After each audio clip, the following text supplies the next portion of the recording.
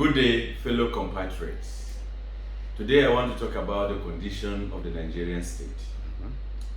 But let me read from the book of Proverbs chapter 29 verse 12. If a ruler listens to lies, all his officials become wicked. What is the state of Nigeria? But allow me to start with this question. What exactly are Nigerians benefiting as Nigerians from its government?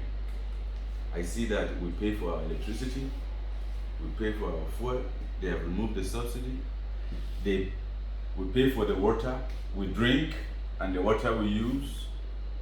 What exactly are we benefiting? We have multiple taxation everywhere. What are the Nigerian dreams? Do we have any?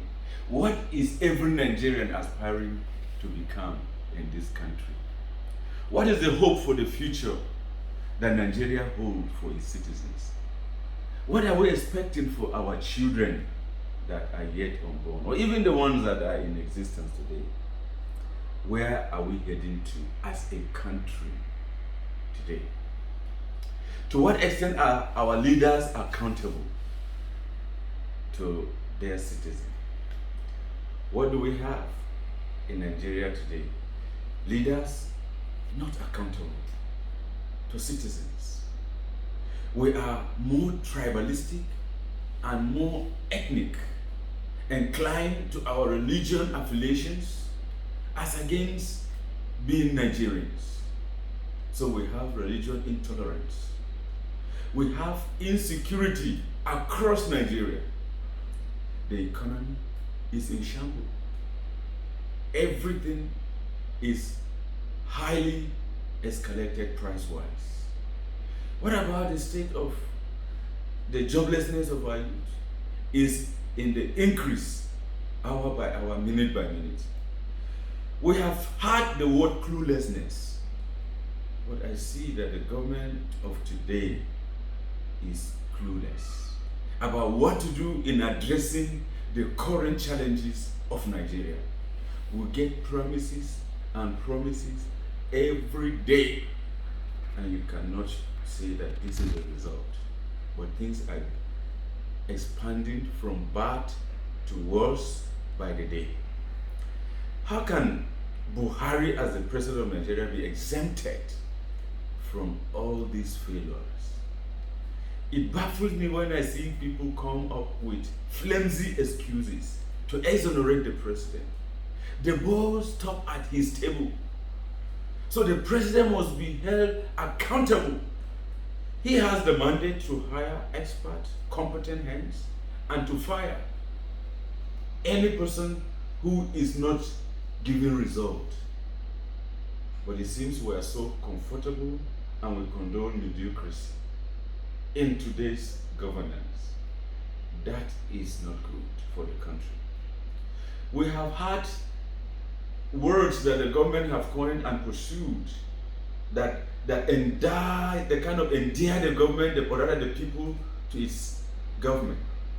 The word like change. Every Nigerian wanted change. The word like change begins with me, which is good.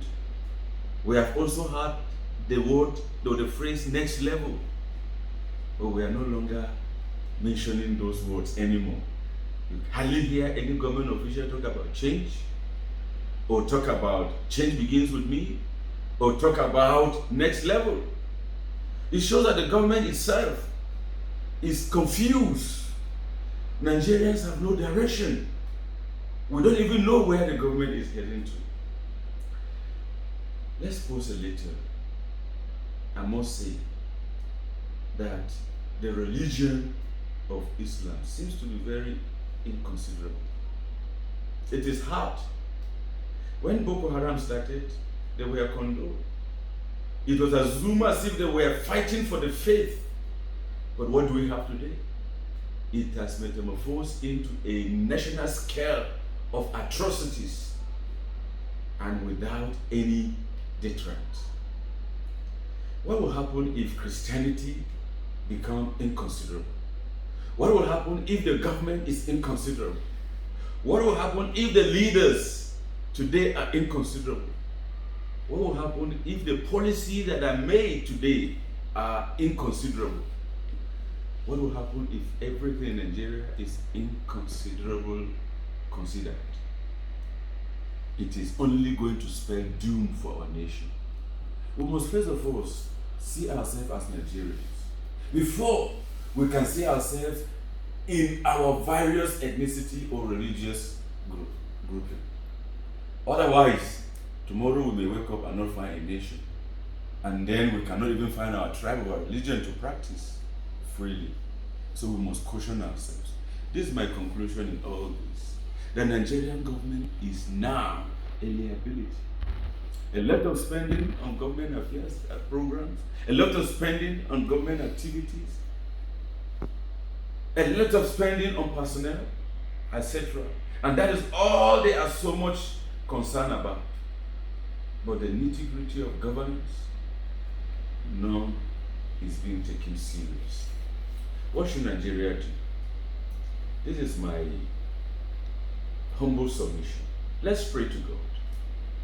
Every religion believe in God and pray to God. Let's pray to God for God to come and help Nigeria.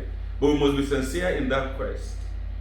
And then there is one important thing that we must do. We must all speak against bad government and bad policies. No matter how. Insecurity of this nation will spare nobody. Bad economic policy in this country will spare nobody. So therefore we must all speak about those things that are making us vulnerable as a country. We must speak against those actions that breeds division amongst Nigerians. Whatever they are, we must all speak. We must take security measures to defend ourselves. But note this, that our silence is not an option, because it is not going anywhere to help us.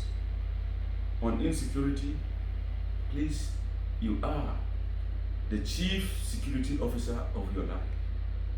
You must be tactful, you must be vigilant, you must be careful and watchful. You must also make sure that you defend yourself maximally to the best you can, having trusted God. But let me say, it shouldn't be the case that when the bandits come, you will be running into your rat holes in fear and in helplessness. That is not a condition that we should tolerate as a country. If the security personnel are not adequate enough because they have not purchased the necessary equipment, I don't even advise the police or the soldiers to go and sacrifice their lives for nothing. Each and every one of us must take the matter of our security seriously. This is my take. May God help us. Thank you.